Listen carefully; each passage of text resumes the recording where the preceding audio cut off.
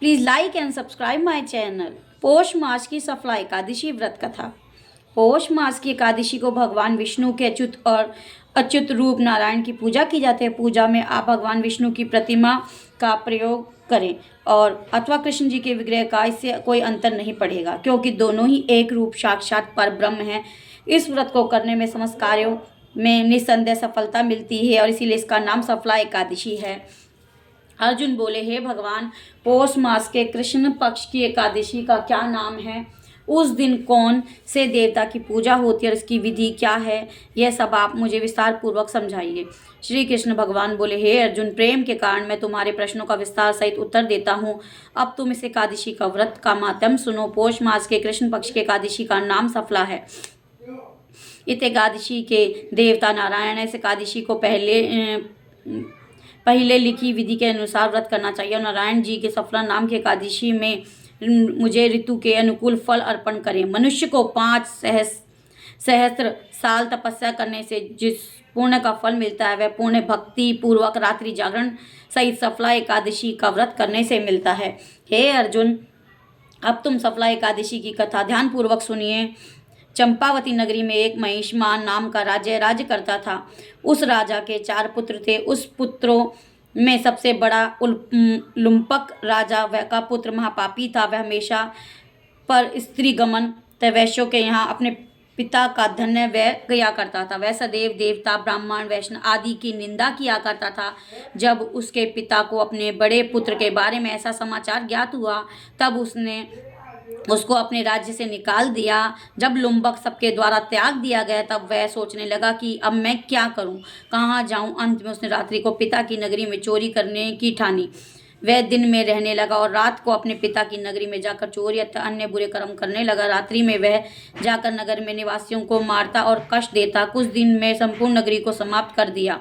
वह प्रातः उसे पहरेदार पकड़ने पर राजा के भय से छोड़ देते। जिस वन में वह रहता, वह भगवान को बहुत प्रिय था। उस वन में एक बहुत पुराना पीपल था। उस वन को सब लोग देवताओं का कीड़ा स्थल मानते। उस जंगल में पीपल के वृक्ष के नीचे महापापी लुम्पक रहता। कुछ दिनों के बाद पौष मास के कृष्ण पक्षी दशमी के दिन वह वस्त्रहीन होने के कारण शीत के मारे मूर्छित हो गया और शीत के कारण वह रात्रि में ना सो सका और वह उसके हाथ पैर जकड़े गए। उस दिन वे रात्रि को बड़ी कठिनता से बीती, परंतु सूर्य नारायण के उदय होने पर उसकी मूर्छा न गई। सफला एकादशी के मध्याह्न तक वह दुराचारी मूर्छित ही पड़ा रहा। जब सूर्य की गर्मी से उसे कुछ गर्मी मिली, तब उसे होश आया और अपने स्थान से हटकर गिरते पड़ते वह वन के भोजन की खोज में चल पड़ा। उस दिन वह जीवों को मारने में असमर्थ था, इसीलिए जमीन पर गिरे हुए फलों को लेकर पीपल के वृक्ष के नीचे आया।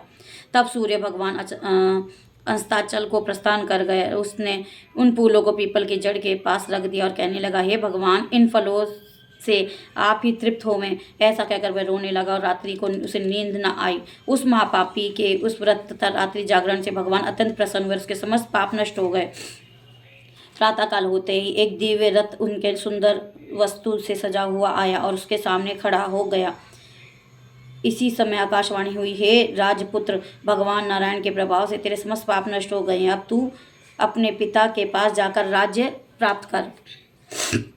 लुम्पक ने अपने ऐसी आकाशवाणी सुनी, अत्यंत प्रसन्न हुआ और कहा कि हे भगवान, आपकी जय हो। ऐसा कहता हुआ सुंदर वस्त्र धारण करने लगा और अपने पिता के पास गया। उसने संपूर्ण कथा सुनाई और पिता ने उसको अपना राज्य भार सौंपकर वन का रास्ता लिया।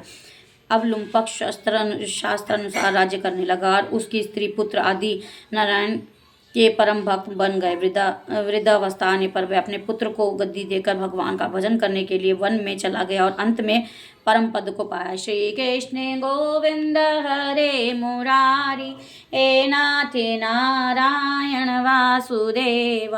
श्री कृष्ण गोविंद हरे मुरारी, हे नाथ नारायण वासुदेव। श्री कृष्ण गोविंद हरे मुरारी, हे नाथ नारायण वासुदेव।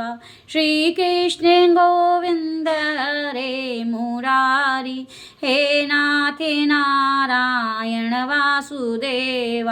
श्री कृष्ण गोविंद हरे मुरारी, हे नाथ नारायण वासुदेव। श्री कृष्ण